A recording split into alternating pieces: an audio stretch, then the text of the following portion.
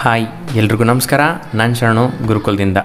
ಈ ವಿಡಿಯೋದಲ್ಲಿ ನಾನು ನಿಮಗೆ ನಿಮ್ಮ ಕಂಪನಿಗೆ ಕೊಟ್ಟಿರೋ ಫೈನಾನ್ಷಿಯಲ್ ಇಯರ್ನ ಯಾವ ಥರ ಚೇಂಜ್ ಮಾಡಿ ನೆಕ್ಸ್ಟ್ ಫೈನಾನ್ಷಿಯಲ್ ಇಯರಿಂದ ಬಿಲ್ಲಿಂಗ್ ಸ್ಟಾರ್ಟ್ ಮಾಡ್ಬೋದು ಅಂತ ತೋರಿಸ್ಕೊಡ್ತೀನಿ. ಫಸ್ಟ್ ಸ್ಟೆಪ್ ಏನಪ್ಪ ಅಂದರೆ, ನಿಮ್ಮಲ್ಲಿ ಲಿಸ್ಟ್ ಆಫ್ ಕಂಪ್ನೀಸ್ ಕಾಣುತ್ತೆ. ನಿಮ್ಗೆ ಯಾವ ಕಂಪ್ನಿದಲ್ಲಿ ಫೈನಾನ್ಷಿಯಲ್ ಇಯರ್ ಚೇಂಜ್ ಮಾಡಬೇಕು ಆ ಕಂಪ್ನಿ ಮೇಲೆ ಬಂದು ಒಂದ್ಸಲ ಎಂಟರ್ ಪ್ರೆಸ್ ಮಾಡಬೇಕು. ಅದು ಯೂಸರ್ ನೇಮ್ ಪಾಸ್ವರ್ಡ್ ನಾನು ಇಟ್ಕೊಂಡಿರೋದು, ಅದಕ್ಕೋಸ್ಕರ ಆ ಥರ ಬಂತು. ನೆಕ್ಸ್ಟ್ ಸ್ಟೆಪ್ ಏನಪ್ಪ ಅಂದರೆ ಫೈನಾನ್ಷಿಯಲ್ ಇಯರ್ ಚೇಂಜ್ ಮಾಡೋದು. ಯಾವ ಥರ? ಭಾಳ ಸಿಂಪಲ್ ಮೆಥಡ್ ಹೇಳ್ತೀನಿ. ಡೇಟ್ ಪಕ್ಕದಲ್ಲಿ ಅಂದರೆ ಹೆಲ್ಪ್ ಕೆಳಗಡೆ ಡೇಟ್ ಪಕ್ಕದಲ್ಲಿ ಒಂದು ಆರೋ ಮಾರ್ಕ್ ಇರುತ್ತೆ.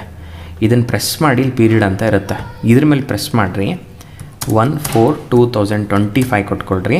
31/3/2026 ಕೊಟ್ಕೊಂಡ್ರೆ ಡೇಟ್ ಚೇಂಜ್ ಆಯಿತು. ಫೈನಾನ್ಷಿಯಲ್ ಇಯರ್ಲಿಗೆ ಚೇಂಜ್ ಆಯಿತು. ಹೆಂಗೆ ನೋಡೋದು? ಇಲ್ಲಿ ಪಕ್ಕದಲ್ಲಿ ನೋಡಿರಿ, ಕರೆಂಟ್ ಪೀರಿಯಡ್ ಅಂತ 1/4/25 31/3/26 ಬಂದದಾ? ನೆಕ್ಸ್ಟ್ ಸ್ಟೆಪ್ ಏನು?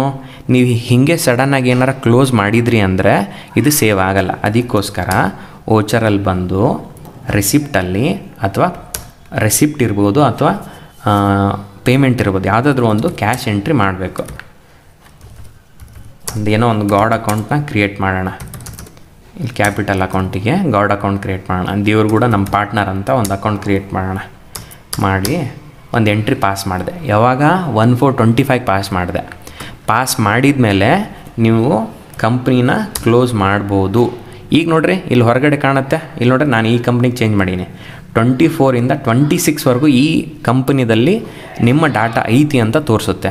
ನೀವು ಮತ್ತೆ ಇದ್ರ ಮೇಲೆ ಎಂಟರ್ ಪ್ರೆಸ್ ಮಾಡಿಕೊಂಡು ಒಳಗಡೆ ಹೋದರೆ ನಿಮ್ಮ ಕರೆಂಟ್ ಪೀರಿಯಡಲ್ಲಿ 25-26 ಬಂದಿರುತ್ತೆ. ನೀವು ಏನೂ ಎಂಟ್ರಿ ಮಾಡಲಾರ್ದೆ ಹೊರಗಡೆ ಹೋದರೆ ಚೇಂಜ್ ಮಾಡಿರೋ ಫೈನಾನ್ಷಿಯಲ್ ಇಯರ್ ಸೇವ್ ಆಗಿರಲ್ಲ. ಇದನ್ನು ನೀವು ನೆನ್ಪಿಟ್ಕೋಬೇಕು. ಇದು ಫಸ್ಟ್ ಸ್ಟೆಪ್ಪು. ನೆಕ್ಸ್ಟ್ ಸ್ಟೆಪ್ ಏನಪ್ಪ ಅಂದರೆ, ನೀವು ಸೇಲ್ಸಲ್ಲಿ ಬಂದರೆ ಇಲ್ಲಿ ನಂಬರ್ 1, 2, 3 ಅಂತ ನೀವು ಏನಾದರೂ ಸೆಟ್ ಮಾಡ್ಕೊಂಡಿದ್ರೆ ಓಕೆ, ಅದು ಕಂಟಿನ್ಯೂ ಆಗಿ 1, 2, 3ನೇ ಬರುತ್ತೆ. ನೀವಿಲ್ಲೇನಾದರೂ ಈಗ ಎಕ್ಸಾಂಪಲ್ ನಮ್ಮದು ಗುರುಕುಲ್ ಸಾಫ್ಟ್ವೇರ್ GSS 24-25 ಅಂತ ಪ್ರೀವಿಯಸ್ ಇಯರ್ಗೆ ಇಟ್ಕೊಂಡಿದ್ರೆ ಈ ಇಯರ್ಗೂ ಅದೇ ಕಂಟಿನ್ಯೂ ಆಗುತ್ತೆ.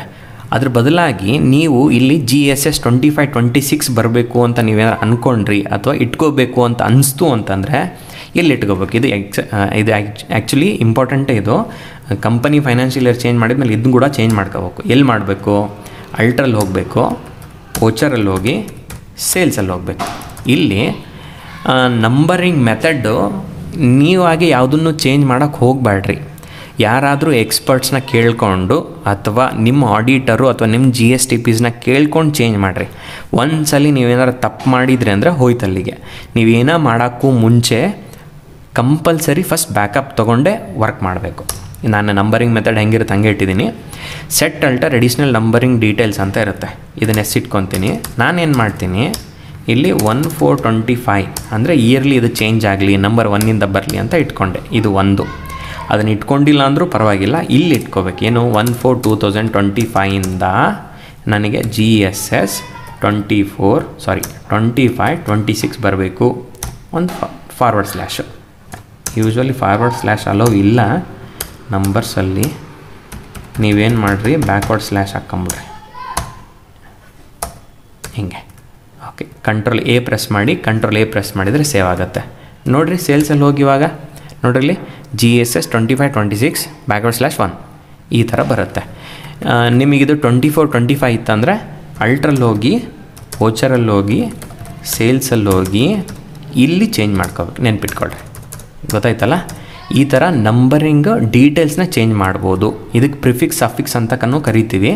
ನಿಮ್ಗೆ ಯಾವ್ದು ಬೇಕು ಅದನ್ನು ಚೇಂಜ್ ಮಾಡ್ಬೋದು. ಹಿಂದೆ ಬೇಕಂದರೆ ಪ್ರಿಫಿಕ್ಸು, ನಂಬರ್ ಆದಮೇಲೆ ಮುಂದೆ ಬೇಕಂದರೆ ಸಫಿಕ್ಸು.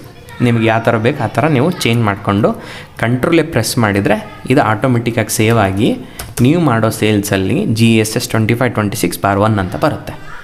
ಇದು ಫೈನಾನ್ಷಿಯಲ್ ಇಯರ್ ಚೇಂಜ್ ಮಾಡಿದ ಮೇಲೆ ಮಾಡೋ ಇಂಪಾರ್ಟೆಂಟ್ ಕೆಲಸ. ಇದಿಷ್ಟು ಈ ವಿಡಿಯೋದಲ್ಲಿ ನಿಮಗೆ ಇನ್ಫಾರ್ಮೇಷನ್ ಕೊಡೋದು ಭಾಳ ಇಂಪಾರ್ಟೆಂಟ್ ಆಗಿತ್ತು. ಸೊ ಇನ್ಫಾರ್ಮೇಷನ್ ಶೇರ್ ಮಾಡೀನಿ. ಸರಿ, ಈ ವಿಡಿಯೋದಲ್ಲಿ ನಿಮಗೆ ಫೈನಾನ್ಷಿಯಲ್ ಇಯರ್ ಚೇಂಜ್ ಮಾಡೋದು ಜೊತೆಗೆ ನಂಬರಿಂಗ್ ಡೀಟೇಲ್ಸ್ನ ಚೇಂಜ್ ಮಾಡೋದು ಯಾವ ಥರ ಅಂತ ತೋರಿಸಿದ್ದೀನಿ. ಈ ವಿಡಿಯೋದಲ್ಲಿ ಇಷ್ಟೇ ಸಾಕು. ನೆಕ್ಸ್ಟ್ ವಿಡಿಯೋದಲ್ಲಿ ಬೇಕಾದ್ರೆ ನಿಮಗೆ ಕಂಪ್ನಿನ ಸ್ಪ್ಲಿಟ್ ಮಾಡಿ ನೆಕ್ಸ್ಟ್ ಫೈನಾನ್ಷಿಯಲ್ ಇಯರಿಗೆ ಮೂವ್ ಆಗೋದು ಯಾವ ಥರ ಅಂತ ತೋರಿಸ್ಕೊಡ್ತೀನಿ. Thank you so much.